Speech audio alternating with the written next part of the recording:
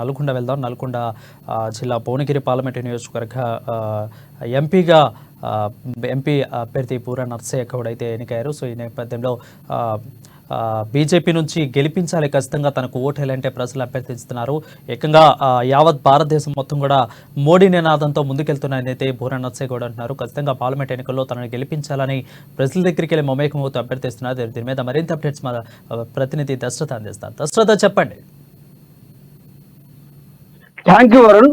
Parliament ఎన్నికలు సమీపిస్తున్న సందర్భంగా భువనగిరి పార్లమెంటు బీజేపీ అభ్యర్థి బూర నరసయ్య గౌడ్ నాయకులు కార్యకర్తలు కలిసి భువనగిరి యాదాద్రి జిల్లాలో ప్రచారాన్ని ప్రారంభించారు. ఈ నేపథ్యంలో ఆ ఓటర్ల వద్ద తమకు ఓటు వేసి గెలిపించాలని ఓటర్లను కోరడం జరిగింది. అయితే గత కొన్ని రోజులుగా ప్రభుత్వం చేపడుతున్న వ్యతిరేక విధానాలకు ఏదైతే ప్రభుత్వం చేపడుతున్న కార్యక్రమాలను వారు ఆరోపించడం జరిగింది. ముఖ్యంగా బీజేపీ నిదానంతో, మోడీ నినాదంతో యావత్ భారతదేశం ముందుకు సాగుతుందని, ఈ నేపథ్యంలో ప్రస్తుతం జరుగుతున్న పార్లమెంటు ఎన్నికల్లో మూడోసారి ప్రధానమంత్రి చేయడమే ధ్యేయంగా ప్రజలు సన్నిహితమై ఉన్నారని చెప్పడం జరుగుతుంది. ఈ నేపథ్యంలో ఏదైతే పార్లమెంటు ఎన్నికలు సమీపిస్తున్నాయో కంపల్సరిగా ఈ బీజేపీకి ఓటు వేసి అభివృద్ధికి తోడ్పడాలని చెప్పడం జరిగింది. అదే విధంగా ఈ పార్లమెంటు భువనగిరి పార్లమెంటు నియోజకవర్గంలో గతంలో ఎంపీగా పనిచేసిన అనుభవం ఉందని, ఈ నియోజకవర్గ అభివృద్ధికి తాను ఎంతో నిధులు తీసుకొచ్చి అభివృద్ధికి కృషి చేయడం జరిగింది.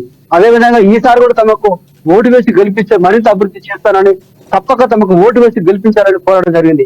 ఏదేమైనప్పటికీ పార్లమెంటు ఎన్నికలు సమీపిస్తున్న నేపథ్యంలో బూర నరసయ్య గౌడ్ భువనగిరి ప్రాంతంతో పాటు చుట్టూరు ప్రాంతాల్లో కూడా ప్రచారం నిర్వహించి తమకే ఓటు వేయాలని ప్రజలను కోరడం జరుగుతుంది. ఏదేమైనప్పటికీ ఎన్నికల నేపథ్యంలో ఇలాంటి ప్రచారాలు కొనసాగుతున్న అప్పటికీ ముఖ్యంగా ప్రజలు ఏదైతే గతంలో ప్రభుత్వం అది టిఆర్ఎస్ ప్రభుత్వం ప్రజలను మోసం చేసిందో, ఇప్పుడు ప్రస్తుతం అధికారం ఉన్న కాంగ్రెస్ ప్రభుత్వం కూడా అనేక హామీలు ఇచ్చి ప్రజల్లోకి మోసం చేసి 6 గ్యారెంటీలు అంటూ పథకాలను అమలు చేస్తున్నప్పుడు అధికారానికి వచ్చి అధికారం వచ్చిన నాటి నుండి ఏ ఒక్కటి ఆ గ్యారెంటీని అమలు చేయకపోగా గతంలో బీఆర్ఎస్ ప్రభుత్వం ఏ విధంగా కొనసాగిందో ఇప్పుడు కూడా కాంగ్రెస్ ప్రభుత్వం అదే పరిస్థితిలో కొనసాగుతుందని, ఈ కాంగ్రెస్ బీజేపీ బీఆర్ఎస్ పార్టీలను ఓటు వేస్తే మళ్ళీ అదే విధంగా కొనసాగుతుంది.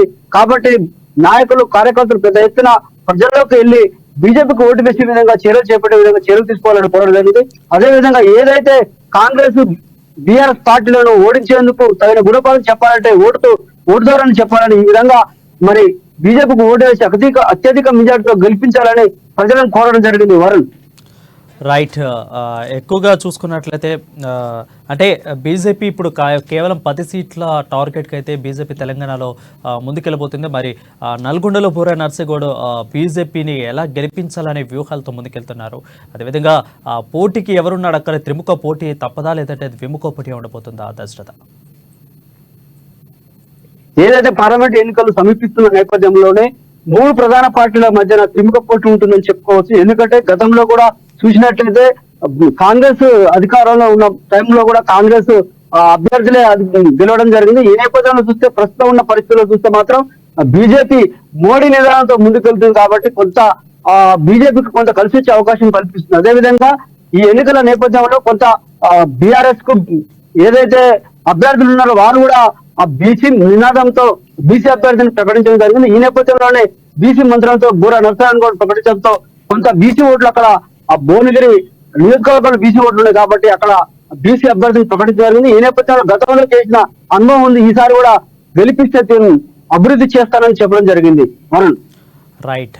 Thank you Dasharath for the updates.